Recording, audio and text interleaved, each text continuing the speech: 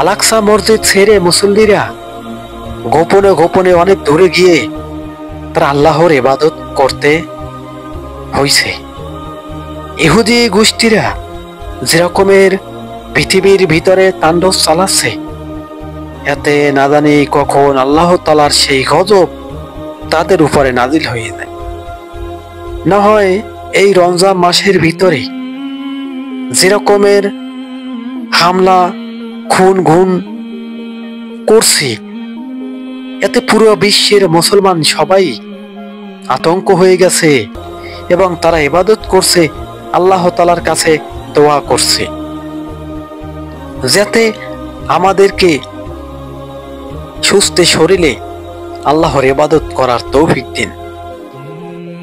তবে ইহুদি গোষ্ঠীর এমন একটি গোষ্ঠী, তারা কোনোদিন আল্লাহর সেই নিয়ামত তারা বুঝতে আসে না।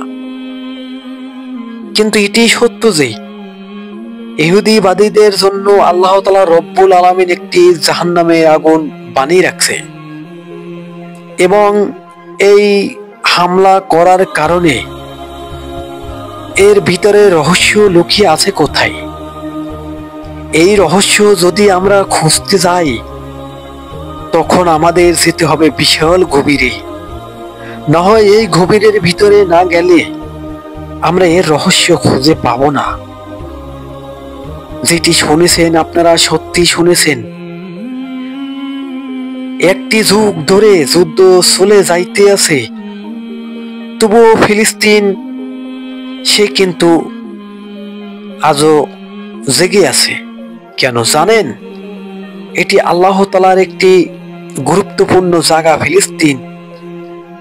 এখন যে ধ্বংসটি দেখতে পাচ্ছি ফিলিস্তিনের ভিতরে, এই ফিলিস্তিন একদিন হাসরের মাঠ হবে। এই ফিলিস্তিনের সবার বিচারের কাঠগড়ায় দাঁড়াইতে হবে।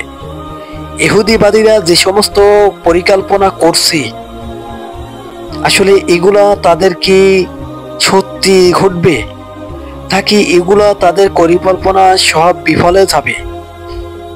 ইহুদিবাদী শাসকরা হইতে পারে তারা হত্যাকাণ্ড নিরীহ ফিলিস্তিনের উপরে চালাইতে পারে, কিন্তু এটি সত্যি যে এই ফিলিস্তিন হবে হাসরের মাঠ। আল্লাহ তাআলা রব্বুল আলামিন আমার জানা মতে এই কান্না বাচ্চাদের কবুল করবে, কেননা এই বাচ্চারা ইহুদিবাদী শাসকের উপরে অতি নিহত বিচার দিচ্ছে।